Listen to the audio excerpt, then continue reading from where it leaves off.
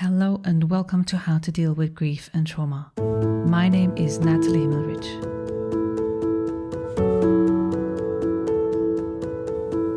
How to Deal with Grief and Trauma is completely self-funded, produced and edited by me, Natalie Himmelrich. Consider making a small donation to support the podcast. Go to bit.ly/support, capital G, capital T, and podcast. I repeat, bit.ly/supportgt podcast. Thank you so much. And for more information, please visit Natalie's website, join the podcast Instagram page, and subscribe to the newsletter to receive updates on future episodes. I met this week's guest, Julia, through Instagram, where she candidly shares about stigmatized loss and widowhood. I felt intrigued by what and how Julia shares and clearly felt that we need to know and understand more about this topic. Her husband's way of dying brings about people's judgments and ideas, often without looking a bit deeper behind the veil. I invite you to be mindful of your thoughts and feelings and investigate your own assumptions when listening to today's episode. If you'd like to know more about Stigmatized Loss, go to the website and find the podcast gifts page. There you can download Julia's ebook about this topic. Simply enter the podcast number as in a word where it asks you for the password. About this week's guest. Julia became a widow on September 1st, 2021, when her husband Doug succumbed to his lifelong battle with addiction and died of an accidental overdose. This left her a solo mom of 2 young boys with a deeply unregulated nervous system, a burning desire to live fully in his absence, and a passion to help many women just like her along the way by sharing her truth. She is deeply passionate about speaking about the intricate layers that come along with losing someone to addiction, to help educate others and to soften the stigma, while providing a safe landing for those looking for support as they navigate stigmatized loss and widowhood. As a trauma-informed yoga teacher with extensive training in guided meditation, energy work, yogic philosophy, as well as nervous system regulation and somatics, she helps her client find healing by teaching them how to get in touch with their bodies, their emotions, and the felt sense through gentle somatic work and support. I hope you enjoy today's episode. So welcome, Julia. It's so nice to have you on the podcast. How are you today? Thank you, Natalie. I'm just really grateful and honored to be here with you. I know we've taken some steps to get here, and so I'm just really looking forward to having this conversation. And today I am feeling a lot of emotion. This day 2 years ago was actually the last day that I saw my husband. We're coming up on 2 years of him being gone on September 1st. And so I woke up today feeling that heavy emotion, feeling it more in my body, feeling a little more anxious, a little more in that almost flight reaction of I've got to move, I've got to keep going, but also very pensive and reflective. And so I'm really honored to be here and to share my heart while these emotions are really kind of taking the front seat to where I'm at today. Well, thank you for sharing and for being so open and honest and vulnerable right from the beginning and the get-go. And just before we started, we already spoke about the synchronicity as that what led to us recording this in this week just before your anniversary, which we just found as we talked is also the anniversary of the birth of my girls. Plus then the 3rd of September is the anniversary of the death of my daughter. So I'm touched by the synchronicity, and I don't take that lightly as symbols and signs in my life. Sort of they mount around that time. I agree. So why don't we start with you telling us a little bit about your life and how grief, loss and trauma has shaped your life? Yeah, absolutely. So I guess we can take it back to my younger years. I grew up in a beautiful home, wonderful parents, but come from a long line of alcoholism and addiction. And my first kind of remembrance with trauma was getting into relationships at a young age that were not exactly healthy for a young girl, very narcissistic, very abusive partners, even at the ages of 14 and 15, who abused drugs and alcohol, and watching that unfold in me in a way of not learning how to love myself, which then, of course, rolled into a lot of dysregulation, a lot of uncomfortability in my own skin, which then led to my own struggles with substance abuse and addiction. So I started using drugs and alcohol in an abusive way around the age of 18, which then we can fast forward through a lot of many years of hurt and pain due to me seeking out a solution to an internal uncomfortability that I didn't really quite recognize or understand, which led to me getting sober on April 1st of 2010. And that is when, life really started to unfold, and I was able to really peel back a lot of those layers of trauma and digest maybe why I leaned into substances, why I have a past with eating disorders, with a lot of self-loathing, with anxiety, with depression. And so stepping into the world of recovery and sobriety gave me a chance to really work through that. But also it unearthed a little bit of more trauma, if I'm honest. When you've leaned on certain coping mechanisms for a long time, our brains are used to that chaos. They're used to that wild ride of dopamine and this rush and this constant need of chaos. And so that unfortunately played out into relationships that weren't exactly healthy in early sobriety as well. And during that time, I navigated a lot of more self-discovery. While I wasn't leaning into substances, I was leaning into people to fill a void. And I learned pretty quickly on that sometimes my best thinking gets me into not so great situations and relationships. And so I navigated a lot during that time as well. But we'll fast forward to 2013 was when I met my husband, Doug, and that is what's led me into the world of grief. So Doug was somebody in recovery as well, and it was a very quick falling in love relationship that then led to marriage and children.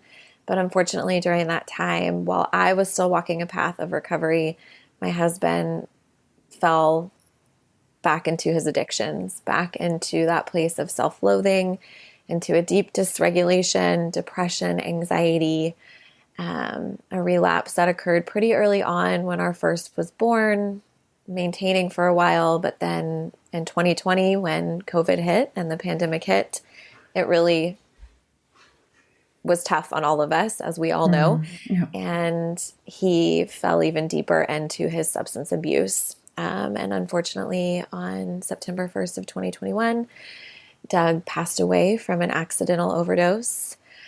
Actually, if we want to get into technicalities, he passed away August 30th, but he wasn't found until September 1st. So there is a lot of trauma in that, and watching a partner who had walked the path of recovery then fall back while you're working to tend to your own recovery and yourself, and being a new mother and a young mother, and then losing your person in such a unexpected and fast way has unearthed immense amounts of grief that I was already navigating long before he died, a form of anticipatory grief that I think is confusing, that a lot of people navigating more stigmatized loss can understand. And yeah, leading me to this place where I sit today of widowhood and grief, and learning how to live with kind of the compiling of what I navigated prior, stacking on top of what I'm navigating now. Yeah, and so for those listening, I found Julia on Instagram, and I have been reading some of your thoughts and your teachings even to people who are not familiar with drugs, alcohol, and substance abuse. So if I were the unexperienced person here, and I would ask, well, what is an accidental overdose? And how does someone know after the person has died? How do you know that it's accidental? Can you say a little bit more for people to get an understanding of that? Absolutely. I actually get this question often where people are like, why do you refer to it as accidental? People are aware that they're using drugs. People are aware of how much they're putting into their body. And the gentlest, most easy way I can explain this is from my story and from many stories that I have learned and many women that I've held space for is one, it can be that I think we all are aware that fentanyl is a very big crisis right now where people aren't aware that the substance they are ingesting isn't what they are ingesting. And unfortunately, fentanyl is a very toxic, very awful, if I may say, drug to have circulating around that will take somebody away from you in an instant. Or when it comes to my husband's situation, his drug of choice was an opiate that he hadn't used in many years. And so when he relapsed, he was leaning more into alcohol and to other substances. But he chose to use that opiate. And when your body doesn't use something like that in many, many years, for him it had been 7 years, if you then ingest it to the amount that maybe you had done prior, your body's not going to know what has occurred. And so when police were involved, when we looked at it from, a toxicology standpoint, it was just too much of a substance, and everything led to that it wasn't, intentional in any way. And that, unfortunately, it was just a toxic cocktail of substances that were in his body that then led to his heart stopping beating and him passing away. How was that for you at that time, hearing that news? When you ask me that question, you probably see me pause and really reflect, because it's definitely an in-body experience that I come back into of knowing exactly where I stood, exactly what I was looking at, the background noise, I can hear it, of the police calling me, and the way that they handled this in such a business type transaction and how painful that was. You probably hear the emotion stirring in my voice, because this was the most important person to me. This is the father to my children.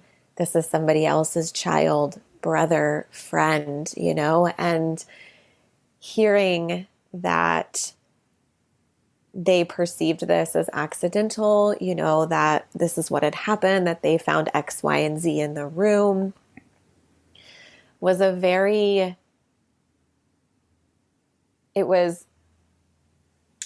how do I want to say this? Because of the circumstances that it took us so long to find him, I inherently knew that he wasn't okay. But having somebody actually say the words and play it out for you and describe a scene that you didn't get to see was devastating. It was devastating to know that he died alone. It was devastating to know that he would want to be here right now, that he was just trying to silence his own internal shame and pain and ease the dysregulation that was occurring in his brain and body. And that, unfortunately, it took him away from us. I'm going to ask a question that just comes as a resonance to what you were saying. You mentioned the word business-like when you mentioned what the police or how the police came and spoke to you or said to you what they said over the phone. I don't know how it happened. If you were to be able to turn back the clock and were to be able to hear it in the most, the most honoring way for you and for him, what could that look like? How would they have presented you the inevitable situation of his death? So leading up to finding out that he had died, like I said, it had been almost 48 hours. It had been almost 2 days of me living in this place of unknown. And it almost felt as if it's what you see in a movie, right? Where you file this missing persons report and you're in this panic. And I think there was this part of me that held on to hope that maybe, just maybe, he lost his phone or something occurred to where he just wasn't in contact with us. And so I held on to this sliver of hope. And then the police pulled up to my home and I knew, instantaneously when you see the police show up versus calling you back based off of what information you had provided them with. And I'll never forget, I looked at one of the police officers and tears were just streaming down my face. And I said, can one of you please hug me? Because in that moment, I just needed somebody to, your body is feeling so out of itself. I'm like, I need somebody to ground me back in. And he looked at me like that was the most absurd ask, and of course he gave me a hug. But what I wish would have been differently is that they did approach it with more care, that he would have said, of course, and I'm so sorry. And it was just this very, we're sorry, unfortunately he was found and had passed, and here's some paperwork. You need to call the police and you need to call the coroner and you need to figure this out. And then that was the next call, was to the detective, which then that was even more businesslike. And I wish that there just would have been more humanness and compassion. And we're so sorry that this person is gone. Maybe tell us who he is. Like, who was he to you? We understand he was your husband, but do you have children? There was no question. And at the time it felt very much so, because they're treating us this way because they're looking at him just like another drug addict, just another human who made, quote, poor choices and was a, quote, poor human being. And I think it could have been approached much differently if they would have looked at it, maybe put themselves in my shoes. If this was my husband or the father of my children or my brother or my child, how would I want somebody to tell me the news? From the story you're telling, was there anyone with you, supporting you after that? I did have a friend here, thankfully, who had been sitting with me most of the day. But we do not have family who live nearby. And so after that, it was a series of phone calls and people getting on airplanes and getting here as soon as possible. But I was pretty much thrown right back into being a mother. My children at the time were not even 2 and 5 years old. And so it was immediately back into, okay, I have to explain this to them and show up for them while I'm still trying to sort through this as well. That is such a huge responsibility in that moment. And it's a responsibility anyway to be a mother of 2 very young children and to then function or try to function and do all the things that are required, the way you described it, plus be there for them, with them. How did you deal with that? Oh, goodness. It's interesting. Like I said, I think because we're approaching those dates, it's like everything is crystal clear focused in my mind right now of picturing the steps. And obviously my youngest, he had no understanding. I mean, not even 2 years old. Of course, he's not going to understand. But my oldest has always been such this beautiful, empathetic, in tune, very intuitive child. And so he had picked up already on there's some sort of chaos going on. And I will never forget, during that time, the police asked, would you like him to come outside and maybe we can be there as you're explaining to him what had happened? And in that moment, because I'm unaware of what to do, I'm unsure of what to do, of course, I'm like, sure. And so I go and I get him and I bring him outside, and I will never forget the crying and the terror that came out of my son's mouth because he was afraid. He didn't understand why the police were there. He thought maybe something was going to happen to me. He thought he did something wrong. And so I couldn't even really choke out the words. I told him, like, Daddy's gone, he's not coming home. And then he just couldn't stop crying. So I let him go inside because I could tell he was scared. And then, of course, the police are like, you need to use more solid language, more clear language. Dad's dead, and that was kind of my first dose of not knowing, like we talk about, we're such a grief illiterate society. I had no idea how to tend to my children and use that language, which we use now, of course. And so once they left, I went inside and I called my parents and I called my mother-in-law. And then I went to sit with my 5-year-old again, and I was crying, and his name is Noah. And I said, "Hey, Noah, are you okay? I just want to check on you." And he had a tablet in his hand, and what I know now is I'm sure he was just trying to regulate in some way, his mind, and he's moving and he's on this tablet and he's not really looking up at me. And he's like, "Yeah, Mom, I'm okay." And I'm like, "Well, do you understand what happened?" I'm like, Daddy died, he can't come home. And that's a lot. And I just want to make sure you're okay. And I'm crying and I'm crying. And he looks up at me and he goes, "Yeah, Mom, I'm okay, but I don't think you're okay." And I said, "No, I'm not, and it was just this very innocent moment. And he said something next to me that I laughed about in the time being, but it's funny, but so heartbreaking, because he looked at me and he goes, "Mom, it's okay. We can get another one." And I said, "Buddy, what do you mean?" He's like, "Well, we can get another dad if you want." And just how he in that moment was trying to comfort me and find the words of like, "It's okay." And I laughed and I said, "Noah, that's the furthest thing from my mind right now, but thank you so much for thinking of me." And from that point forward, it's just been a lot of open conversations, nothing but honesty with my kids, which has been really hard to explain how their dad died as well. But we've kept that dialogue open and ongoing these past 2 years. That is an interesting thing you mentioned, talking to them honestly about what happened and how their dad died. Because one of the questions I have been mulling in my head over the last 12 years, my daughter is turning 12, 1st of September, is how am I and when am I explaining the death of her grandmother, which is by suicide, to her? And how did you decide in regards to your boys what to say, how to say it? I think lots of people listening would like to know how to navigate that, or how you navigated that. Yeah, it's definitely been a journey, one that I know will be a lifelong one for them to fully understand. And then obviously as they grow older and mature and their brains change and they can digest more information, I know this will change. But from early on, so that same day, my oldest, Noah, once again, he said to me as we were going to bed, he looked at me and he said, "Mom, if you hadn't asked Dad to move to that sober living, he wouldn't have died." And so right then and there, I'm like, it's only been, by that point, maybe 5-6 hours.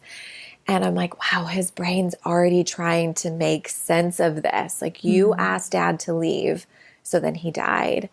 And I looked at him and I said, "Buddy, I understand that's what your brain is trying to make sense of, but Daddy wasn't at his sober living when he died. He was somewhere else. And I'm not sure if me asking him to leave affected that more, but of course you are allowed to think that and process through that." And right then and there, I'm like, oh my gosh, I have to be honest with this boy about what happened, because then, it rolls into, well, what happened? And I was so terrified. I'm like, well, Daddy's heart stopped beating and the paramedics did everything they could, but unfortunately they couldn't save him. So then a few days later, why did Daddy's heart stop beating? Is my heart going to stop beating? Am I going to go to sleep and my heart's going to stop beating? This panic you could see. He's 5. Of course, he's like, oh my gosh, what's going to happen? Is your heart going to stop beating? And so, of course, I was afraid again. So I'm like, oh, buddy, when you're older, you'll understand more. I'll explain it more when you're older. But that did not sit right with me. I'm like, no, he's deserving of the truth. We're all deserving of the truth. And I'm his parent, and it's my responsibility to be honest with him. So he kept asking. And what he witnessed throughout Doug's use was, of course, he would see him drink. You know, he never understood or saw him use hard drugs or substances. You know, he would see his dad drink beer or drink other alcohol. And so by this point, I had gotten him into therapy, and that was the number one reason why I need somebody's help to help me know what's an age appropriate way. How can I tend to him? What can I do? And so she kept saying, if he's asking, like, he's so ready for the answers. Now, whether he's going to understand is a different story, but you can use more gentle language. Instead of using, dad was a drug addict, you can say, you know, dad struggled with substance abuse. Okay, well, what's substance abuse? Well, bud, substance abuse is when, you know, our brains they're basically, the easiest way to tell you is it's telling us one thing. We may know I shouldn't do this. And I kind of broke it down to him. And you know, when you're playing on your video game and I've asked you to get off and you don't want to because you're having so much fun and you're really honed in on this video game. And so sometimes you sneak and you play for a few more minutes and maybe you know, oh, I should really get off. Mom told me the time's up, the timer went off, but you keep doing that. And like the easiest way to describe it is your dad was using substances like alcohol that he knew inherently, maybe I'm taking it a little too far. But at the same time, his brain was asking for these substances. And I would explain to him it had nothing to do with you. It had nothing to do with the way your dad loved you or cared about you. He cared about all of us so much. His brain was just telling him something completely different. And what was so interesting the day I finally broke down and I told him this, my little boy is just walking in circles, right? He's walking in circles. He's shaking his hands. The 5-year-old now. Yeah, he's moving and he's just really moving and he's trying to make sense and he'd sit down and then he'd stand back up and then he'd kind of bounce as I'm telling him all of this. And I'm like, yeah, explaining to him, okay, well, what substances was dad using? I'm like, well, this is kind of a big word, but he used something called heroin. You know, like I got pretty detailed with him and whether or not he understood, because I didn't want to use medicine, right? Because then I was afraid he'd be afraid to take medicine. Like I wanted to be very articulate with my verbiage. And so when I'm done, right, I'm like, okay, hey, do you have any questions? And he stops moving and he looks at me and he goes, yeah, can I go play on my tablet now? And that was it. And it was so beautiful because he regulated himself through the whole thing. He was moving, he was shaking, he was digesting the information and letting it out of his body at the same time to not hold it in. And then he just wanted to go back to being a kid. Yeah. Yeah. I had the same experience with my daughter. She asked certain questions, certain ages. Yeah. And I just felt inherently in resonance the readiness to go one step further and tell her more details. And then she stopped asking. Yeah. When that was satisfied, that need for whatever, like she wanted to know first why she died, and then I described suicide and where, and then she specifically asked how. I wasn't ready with the how yet, but she hasn't asked after the last explanation that I gave her, and I know this will come at some point. Right. She'll want to know the exact details, and then I think is also important from my perspective is I need to be ready to go there with her. Mm-hmm. So it's in terms of resonance to feel, yeah, no, she's asking that, but what is the level of readiness for me? What's her maturity level? And the way you described it so beautifully, using the words that don't make him afraid of medicine, use heroin. Yeah.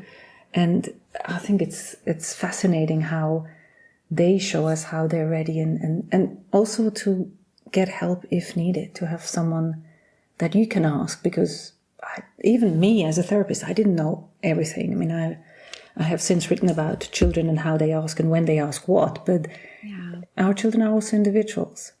But what resources have helped you deal with your grief, with your solo parenting, with your label as a widow? How do you deal with all of that? What has helped you? I think for me, it's just been really speaking my truth and finding that community, you know, really finding other widows that are navigating I mean, grief in general, widowhood in general, but also the ones navigating the same type of loss that I am. Navigating more stigmatized loss that is misunderstood, so that I can share about the anticipatory grief that I navigated long before Doug died, watching him deteriorate in a lot of ways and become almost a stranger in my home. And leaning really into the body work. My past training is I'm a trauma-informed yoga teacher. I have extensive training in meditation, hypnotherapy, and somatic and nervous system regulation. And at first, that was really hard for me. And I think that's pretty resonant with a lot of people. It was really hard for me to slow down and get in tune with my body because I felt so uncomfortable and because my body hurt. I mean, my body would just hurt when I would try to do the things that I was even doing leading right up until his death. And so really leaning into learning the language of this body, the body that is now really embodied grief, has been very helpful to me. Learning to slow down and tapping into the understanding that I don't have to have it all figured out, and I don't have to constantly be going and moving, and just knowing that this is a moment by moment process, so similar to my recovery process, and that I can't jump too far ahead, and that all I can do is stay right here today, has been really helpful as well. I think one of the questions that's burning on my tongue as well is from your sharing on Instagram is that to understand stigmatized loss and to understand from a not experienced person, and maybe so many people in your circle are also unexperienced. And from your position of being experienced, what would you have wished would have happened, or how would you recommend people in the support circle of those who are affected by a similar loss, a stigmatized loss like yours? What is helpful? What is not helpful? I think that we all know when we enter into grief that people are all doing their best, right? And I want to preface it with that, regardless of what I may perceive as unhelpful per se, is I know somebody else doing their absolute best to support me and find the words. But the number one thing that I felt has been something that I wish more people understood is that please don't let the way that my person died shadow who they were. Please don't say things like, well, once an addict, always an addict. This would have happened anyways. It was only a matter of time, those type of comments, whereas I know that you may perceive them as helpful, really just take away from the person that my husband was, or that the person navigating stigmatized loss that their person was, because Doug's death and Doug's addiction was only one tiny fraction of the human he was. And that shadows the partner that I loved and adored so much, the father that my kids miss every single day, the friend that he was to so many people in his lives, the son, the brother, it takes away from that. And so I wish people would just approach it just like they would with any sudden death, or with anybody who died by cancer or any other sickness. There shouldn't be any separation. And unfortunately, due to the way, we talk about our society being grief illiterate, I feel like we're very illiterate when it comes to addiction and alcoholism and the root cause of it, and why people don't understand that it's not a character defect, right? It's not these people attempting to cause harm. They don't want to hurt anybody else. The sad truth is oftentimes they only want to hurt themselves, or they don't want to feel the hurt that they are feeling, and that comes from trauma, and that comes from somebody not being a safe landing for that trauma, or fully bearing witness to that trauma. And so then it causes this deep dysregulation in their body. And just like, we bring it back to the nervous system where they don't know how else to deal with this. And so they're like, okay, I'm feeling so anxious. I'm going to crawl out of my skin. So instead of letting my body cycle through that because I'm afraid and because I've been told it's wrong or I've been told that I can't, I'm going to drink, or I'm going to take this pill, or I'm going to use this substance, or it can be anything. I'm going to shop. I'm going to lean into other addictions, food, anything. Mm-hmm. And so I wish people would just understand more that please approach them as just a human, not as what took them away from us. I think that's a beautiful way to humanize it, because when you were saying about what they use to regulate, I hope that, I guess, most people have their own way of regulation, whether that is ice cream or whether that is exercise or shopping, which, yes, of course, these are means that make you either a little bit bigger than you already are or make your bank account a little bit smaller than it already is. They don't necessarily lead to death, but still it's a way to regulate the nervous system. And one thing about what you said before about those statements, because I remember one other podcast guest, a mother of a daughter who died by an accidental overdose, and she said her brother said to her, this was due to happen, and this is maybe a truth because of his experience. And what I tell people is certain statements might be cognitively true. They might be even facts given the resources, experiences, the research that is there, but they're emotionally barren and they invalidate the experience of that person affected and that person going through the grief. So it's good to differentiate that, to say, well, it might be true, but is it helpful? Right. 100%. And I think that that's the most hurtful part, is that, like I said, people are doing their absolute best and they're trying to find the words and they're stumbling over their words. And I just would suggest, always just think of, maybe ask about what do you miss the most about them? Or, what do you wish could have gone differently? Or, there's any other thing that could be said. And so I think that's a beautiful way to put it. There's truth, and then there's ones that are helpful, because the truth is that, I don't know, Doug's addiction may have continued to steamroll and get worse and worse and worse, or it could have gone the other way. You just don't know. And the outcome is the outcome. And going back to those statements doesn't exactly change it or make it any better.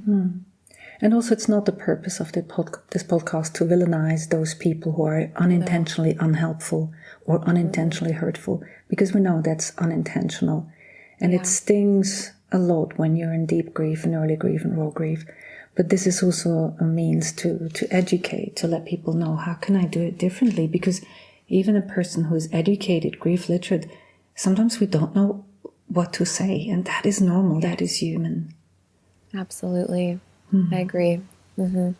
Yeah, because I feel like sometimes, this is what I do for work now. I work with women navigating stigmatized loss, and sometimes that's exactly it. I will feel tongue-tied exactly on, how do I want to approach this? How do I want to say something that may not come off in another way that may be hurtful? And so even like you said, with that trauma-informed lens of understanding, it's very, we can get slipped up too. And so I agree so much with what you just said. Well, thank you so much, Julia, for all that you have shared, and especially how authentic you have shared what your journey has taught you. I think I'm only beginning to understand that kind of loss. So it's really interesting, and we could go on even more deeper, and maybe even in a second podcast. But for now, for today, would it be okay to finish with the rapid fire questions? Absolutely. And anytime you want to chat more, I would be more than happy to do so. Thank you. Yeah. So grieving and trauma means? Learning to live again when I never thought that I would. And healing means? Rediscovering who I am in my own way and on my own timeline.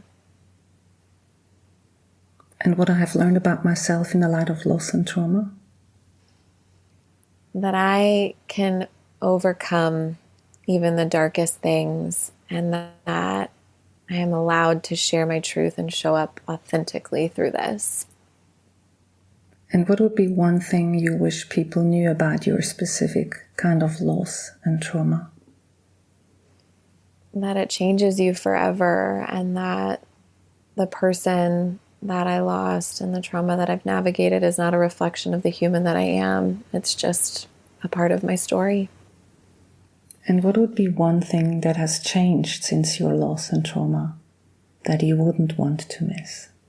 The way that I approach life and humans, and the way that I show up for myself and those in my life every single day, and the connections that I've made. I would not want to miss that one bit.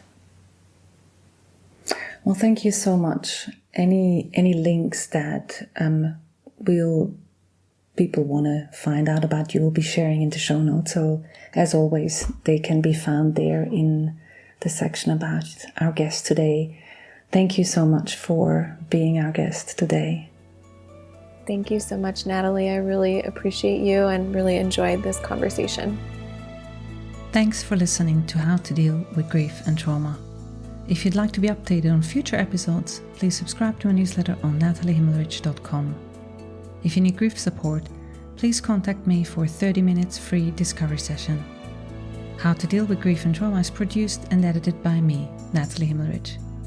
To support this podcast, please rate, review, and subscribe to or follow the podcast on Apple, Spotify, or wherever you get your podcasts.